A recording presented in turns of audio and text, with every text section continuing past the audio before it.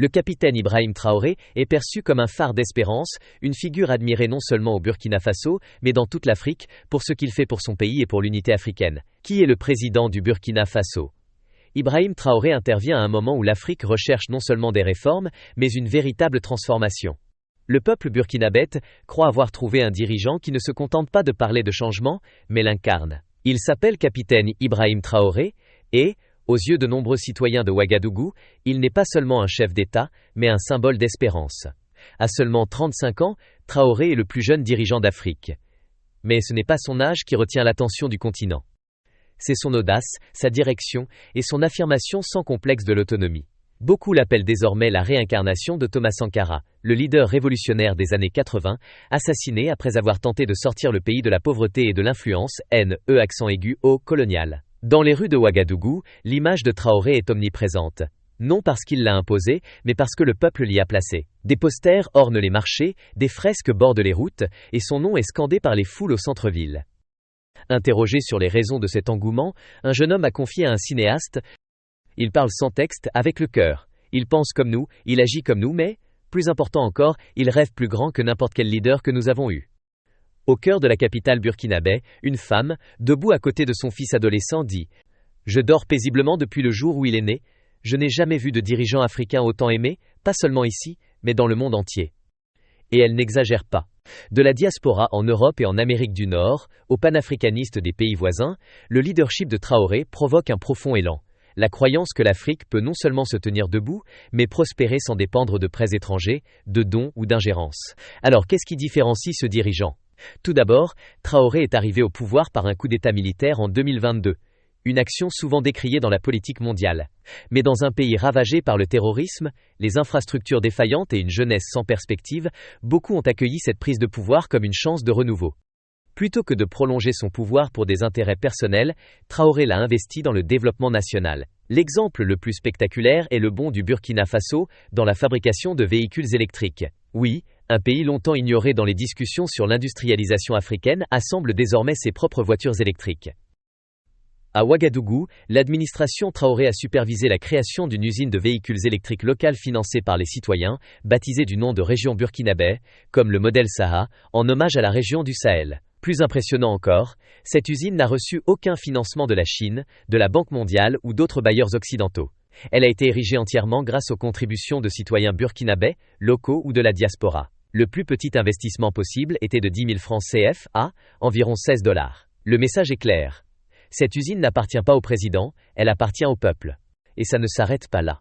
L'agriculture, pilier de la nation, connaît aussi un renouveau. À Bobo-Dioulasso, la deuxième ville du pays, une usine de transformation de tomates a rouvert sous la vision de Traoré. Non seulement elle fonctionne à plein régime, mais elle est presque entièrement dirigée par de jeunes locaux. Qu'ils soient diplômés d'université ou sans formation scolaire, le critère unificateur pour être embauché est la passion et le désir de reconstruire le Burkina Faso dès la base. Nous ne cherchons pas à importer le progrès.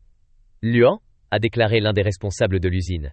Nous le construisons de nos propres mains. La pâte de tomate qu'ils produisent, sous la marque Adia, se retrouve maintenant dans les supermarchés de tout le pays. D'autres usines de ce type sont en préparation, une deuxième est déjà en activité, et une troisième doit ouvrir plus tard cette année à Ténédogo.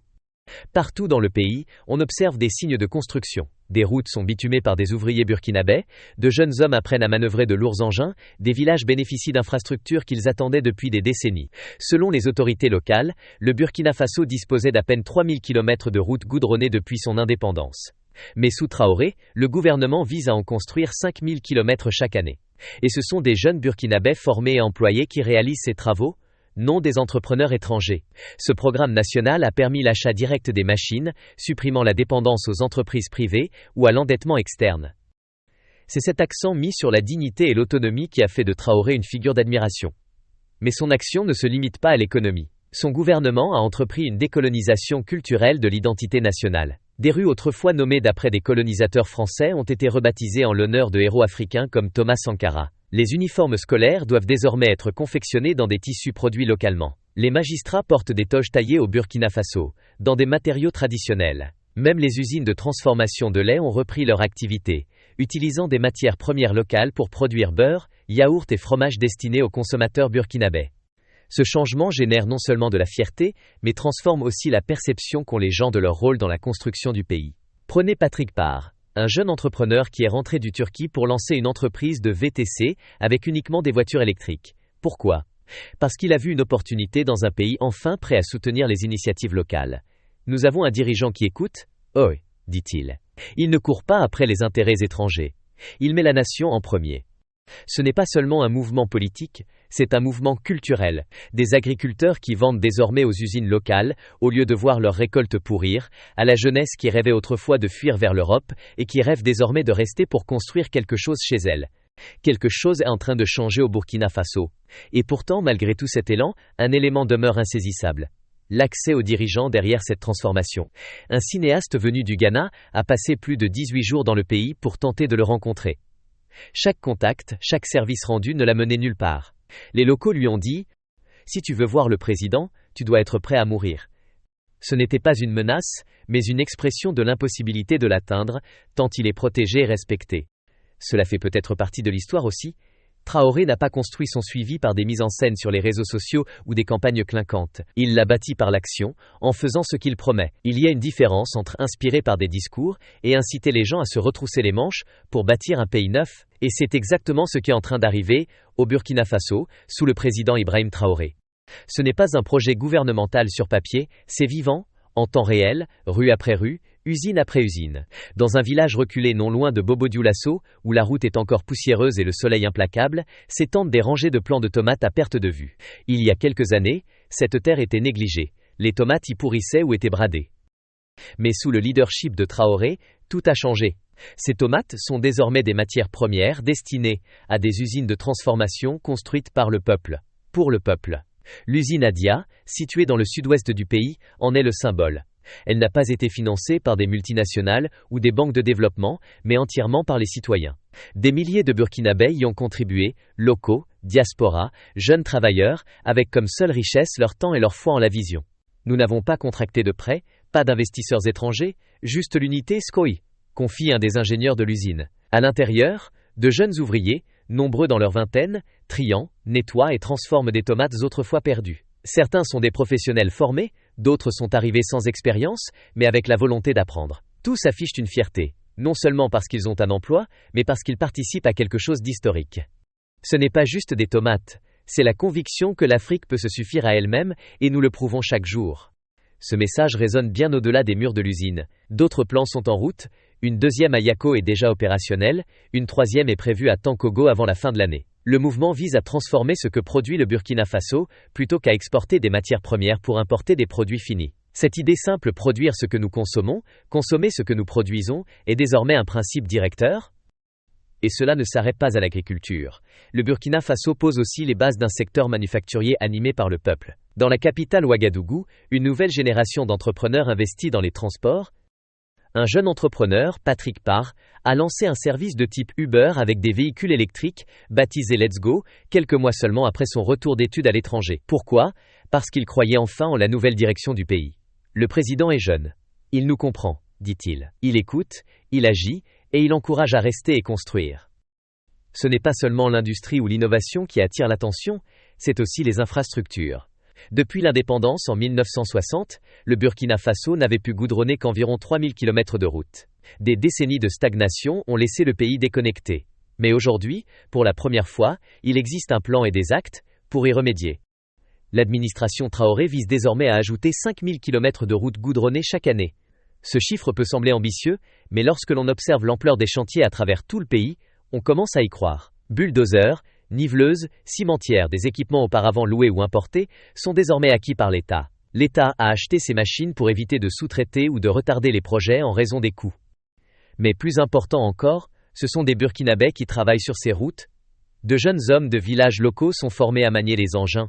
Environ 400 jeunes ont déjà été recrutés et formés dans la construction routière. Ils acquièrent des compétences précieuses, tout en contribuant à transformer littéralement et symboliquement le paysage national. Un responsable a résumé ainsi. Nous pensions qu'il fallait des étrangers pour construire l'Afrique, mais c'est un mensonge. Nous nous construisons nous-mêmes maintenant. Ces paroles ne sont pas de vaines promesses politiques, elles reflètent la réalité quotidienne du pays. La transformation est visible sur les routes, dans les usines et dans les yeux d'une jeunesse qui voit enfin un avenir qui mérite d'être bâti. Même le système judiciaire n'y échappe pas. Dans un geste symbolique, le gouvernement a décrété que juges et avocats porteraient des toges faites en tissu local. C'est un détail, mais d'une grande portée. Il impose l'idée que le Burkina Faso n'a pas besoin d'imiter les systèmes coloniaux pour fonctionner. Il peut en créer un à lui, unique, fier, enraciné dans son identité. Les écoles aussi bénéficient d'une métamorphose culturelle. Les élèves portent maintenant des uniformes confectionnés dans un tissu national. Ce n'est pas seulement un soutien à l'industrie locale, c'est surtout une manière de cultiver la fierté nationale dès l'enfance. Même la physionomie de l'espace public change. Dans la capitale, un boulevard autrefois nommé en l'honneur de Charles de Gaulle, colonisateur français, porte désormais le nom du capitaine Thomas Sankara. Un geste symbolique, certes, mais porteur de sens, il reconquiert l'histoire et dit aux Burkinabés « Ici c'est votre terre, et voici vos héros ». Tout le monde ne soutient pas forcément chaque initiative, mais il est difficile de nier qu'un mouvement puissant est en marche. Et les citoyens le constatent, ils ne restent pas passifs, ils s'engagent. Une femme travaillant dans une usine de transformation du lait déclarait « Ce n'est pas seulement la vision du président. C'est la nôtre maintenant. » Elle se trouvait dans une usine qui transforme le lait cru en fromage, beurre, yaourt et lait frais. Des produits autrefois importés et désormais fabriqués au Burkina Faso par des Burkinabètes, pour des familles burkinabètes et entièrement financées localement. 5 usines laitières sont prévues, une est déjà opérationnelle à Ouagadougou. Au fil des jours, le tableau devient de plus en plus limpide. Il ne s'agit pas d'une campagne marketing ni d'une façade, mais d'une renaissance nationale en action. Et pourtant, tandis que tout cela se déroule, Traoré lui-même demeure insaisissable. Un documentariste venu du Ghana a passé plus de 2 semaines dans le pays pour le rencontrer, cherchant contact, interview et soutien public, sans succès. Certains plaisantaient. Tu devrais chercher un ministre, pas le président, mais il a persisté, passé des coups de fil, frappé aux portes, sollicité des soutiens dans des cercles influents, jusqu'au jour où l'on lui a proposé un rendez-vous au ministère des Affaires étrangères à Ouagadougou. Il est entré, tremblant, non de peur, mais d'espoir. Mais on lui demanda d'attendre encore et puis, plus rien. Ce dernier rendez-vous n'a jamais eu lieu. Certains diraient que c'est un échec. Mais si on regarde attentivement les images, on remarque autre chose. Il n'a pas l'air abattu, mais inspiré. Parce qu'en ces 18 jours, il n'a pas seulement découvert un dirigeant, mais un pays en train de se réveiller. Il a témoigné d'une nation qui se rassemble sous une identité claire, qui ne cède ni à la pression étrangère ni à la mimésis des systèmes occidentaux. Au contraire, elle construit de ses propres mains. Ses propres routes, ses propres industries, ses propres valeurs, sa propre fierté. Partout où il allait, les gens répétaient la même chose, à leur manière. Nous faisons cela pour nous. Aujourd'hui, la transformation du Burkina Faso ne repose pas sur des prêts, ni sur des idées importées. Elle repose sur la sueur, le courage et l'appropriation collective. Le lait est désormais transformé dans des usines appartenant aux citoyens. Les uniformes scolaires sont cousus dans un tissu local. Les lois sont appliquées par des juges en toge burkinabais. Même le nom des rues a changé. Les colonisateurs en ont disparu, les héros africains sont célébrés. Et ce n'est que le début. Le gouvernement Traoré prévoit 5 usines laitières, dont 2 sont déjà en service. Une autre usine de transformation de tomates doit ouvrir avant la fin de l'année. Le projet national routier est en marche, avec 5000 km de routes ajoutées chaque année, construits par des jeunes formés localement. Ce n'est pas seulement de la politique, c'est une renaissance nationale. Mais ce n'est pas parfait. C'est difficile, les ressources sont limitées, les pressions extérieures sont réelles. Et le chemin à parcourir exigera patience et résilience de la part de chaque citoyen. Pourtant, pour l'instant, le peuple reste uni derrière un dirigeant qui leur offre bien plus que des politiques. Il leur redonne la croyance. Et cette croyance se répand. Une youtubeuse francophone importante, lors de sa 2e visite au Burkina Faso, l'a résumé ainsi. L'état d'esprit des jeunes a changé. Avant on voulait partir, aujourd'hui on veut construire. Et qu'en est-il? Des signes visibles de décolonisation. L'exemple le plus parlant est celui du boulevard rebaptisé en l'honneur du capitaine Thomas Sankara. C'est peut-être un geste modeste, mais il représente beaucoup. La reconquête de l'identité, de l'histoire, de la dignité. Les juges portent des toges locales, les élèves des uniformes nationaux, les écoles et tribunaux arborent le message « C'est notre terre, nous la définirons nous-mêmes ». Les résultats sont visibles, mais le travail est loin d'être terminé. Le pays doit encore relever des défis économiques, politiques, logistiques. Les réformes sont audacieuses, la résistance extérieure est réelle. Mais le Burkina Faso reste ferme. Et comme l'a dit Traoré lui-même, l'Afrique n'a pas besoin de sauveurs. Elle a besoin de croire en elle-même. Cette croyance a désormais donné naissance à un plan que d'autres observent avec attention. Un petit pays d'Afrique de l'Ouest, avec une histoire de coups d'État et d'instabilité, peut-il devenir le cœur battant d'une nouvelle ère industrielle africaine? La réponse est de plus en plus oui. Non pas parce que les étrangers y misent, mais parce que son peuple y croit déjà. L'histoire du Burkina Faso d'aujourd'hui n'est pas seulement celle d'un président, c'est l'histoire d'un peuple qui reprend sa voix, sa terre, son avenir. Et même si notre cinéaste n'a jamais obtenu sa rencontre, son histoire ne portait pas sur l'accès au pouvoir, mais sur le fait d'être témoin d'un changement. Un changement d'état d'esprit, d'orientation, de ce que les Africains estiment possible. Il termine sa vidéo par une phrase simple, « Je reviendrai ». Et c'est ça la beauté de l'histoire, quand on construit quelque chose de réel, quelque chose d'ancré, les gens reviennent toujours. Alors, que penses-tu de cette révolution en cours au Burkina Faso? Partage tes pensées dans les commentaires. Si cela t'a inspiré, like cette vidéo pour soutenir notre travail, et abonne-toi pour ne manquer aucune histoire comme celle-ci. L'Afrique se lève. Et ce n'est que le début.